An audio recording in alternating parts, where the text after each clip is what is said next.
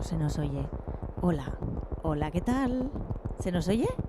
Bien, estamos otra vez en línea. Radio Montacargas desde Cantries Gornal, en el Hospitalet. Y por qué no, una radio del barrio, ¿eh? Como os contaba hace un rato,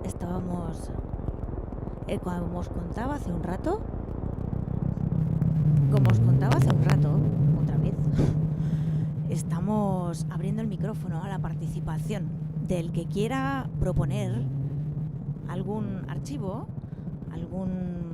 alguna propuesta para este primer capítulo, esta primera aventura de la Radio Montacargas. Ahora iniciamos la etapa de la tarde con una compañera que también es del barrio. Tenemos aquí a TseringFrykman. Ella es la cabeza del magnífico espacio al lado de Santa Eulalia que llamamos TangentProjects. Hola Tsering, ¿qué tal? ¿Cómo estás? Hola, Merce. Okay, thank you. Gracias. ¿Y aquí? Sí. Bueno. Hi. Hola. Hi. Thank you for having me. This is super cool. I really love it. Well done. It's a great project. What a great project to have a radio. It's so cool. Yeah. So yeah, thank you for inviting me to come in and talk. Sorry, I have to speak closer. Yeah, it's exciting to be here and to be part of the first edition of this. It's really cool, and congratulations!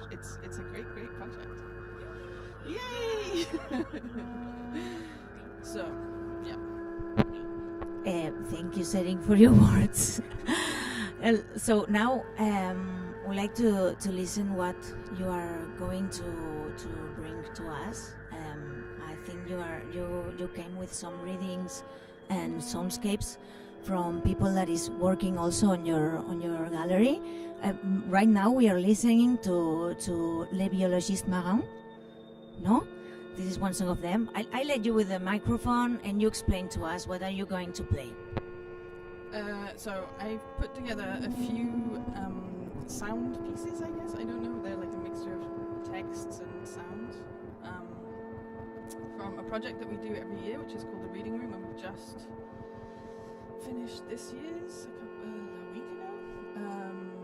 And yeah, Les Biologistes Marins were the last to do it was like an audio-visual performance reading, but we don't have a recording of that at the moment because we've got to edit that down and it's quite long. So instead they sent through, because they released an album as well just over a week ago. I think it was like 2 days before they did the performance, that album dropped. So it's their new album, and they have suggested that we listen to parts of this, so that's what we're doing now. But yeah, they're duo based in Rome. They came over because they'd contacted me to see if they could come and do something. And what they were talking about, and what I was interested in, is that they were interested in looking at the Llobregat River. So they were looking at the delta, so their performance was based, the performance was called Squeezed. So it's talking about the port and the airport and this strip that's like this nature park that like is squished in the middle of it. So their project was called Squeezed. And they went and did recordings of the water and of the airport and the port, and put this together as a audio-visual performance. So they did projections of the filmings that they had done there and the recordings that they did there, alongside with like live performance of making sound as well. So they had that, but their text that they were inspired by is also what inspires, I think, their project, which is to do with deep listening. So this is more to do with, their project is more to do with this idea of quantum listening and deep listening. So it was a really beautiful last final project for the reading room for this year. But we also have, because I am now part of a collective, this is a new thing. This is a totally new thing. And we started this year. It's 2 other artists that are in the studio. So there's myself and Christina Reed and Agostina Fioretti, and we have all of us experienced migraines of different sorts. Like Antonia, we were just talking. And so our conversation came because they shared with me a text by Joan Didion. It's from a book called White Album, which is a collection of essays, and one of the essays is In Bed, and this is the text. And I think that we can probably play that text for you now. Christina read it for you, for this. We had the text, no, not this one. It is In Bed, Christina read down, and this one. Yeah, let's listen to this.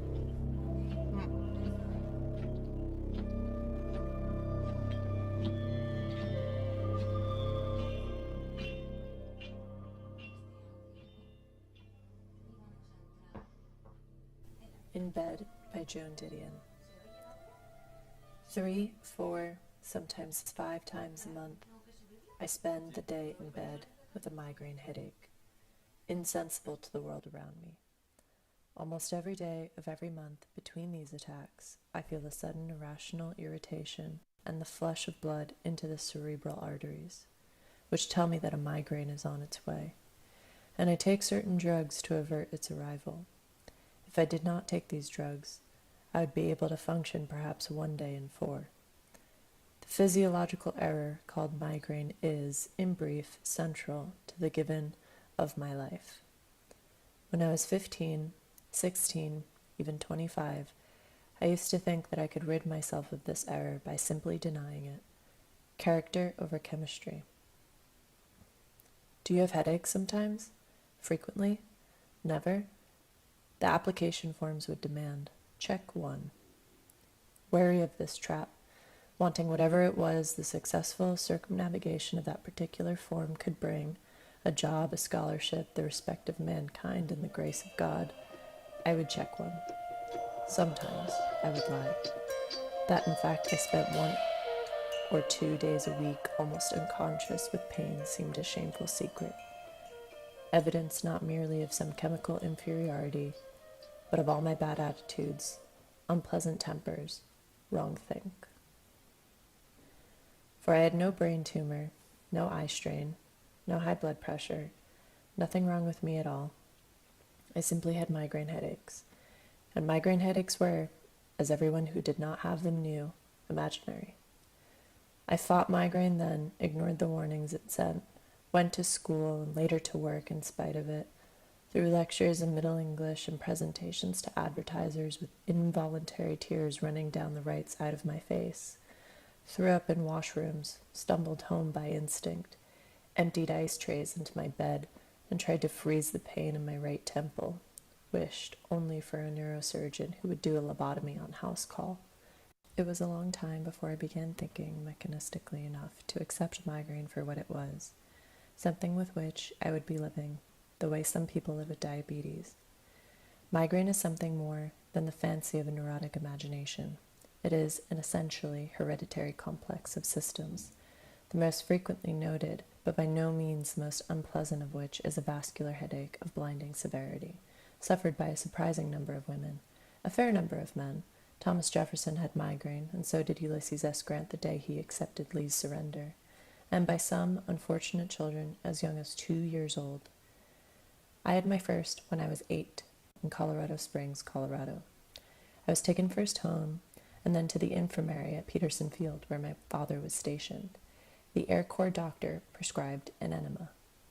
Almost anything can trigger a specific attack of migraine. Stress, allergy, fatigue, an abrupt change in barometric pressure, a contretemps over a parking ticket, a flashing light, a fire drill. One inherits, of course, only the predisposition. In other words, I spent yesterday in bed with a headache not merely because of my bad attitudes, unpleasant tempers, and wrong think, but because both my grandmothers had migraine, my father has migraine, and my mother has migraine. No one knows precisely what it is that is inherited. The chemistry of migraine, however, seems to have some connection with the nerve hormone named serotonin, which is naturally present in the brain. The amount of serotonin in the blood falls sharply at the onset of migraine, and one migraine drug, methisergide or Sansert, seems to have some effect on serotonin. Methisergide is a derivative of lysergic acid. In fact, Sandoz Pharmaceuticals first synthesized LSD-25 while looking for a migraine cure, and its use is hemmed about with so many contradictions and side effects that most doctors prescribe it only in the most incapacitating cases. Methisergide, when it is prescribed, is taken daily as a preventative. Another preventative, which works for some people, is old-fashioned ergotamine tatrate, which helps to constrict the swelling blood vessels during the ARA, the period in which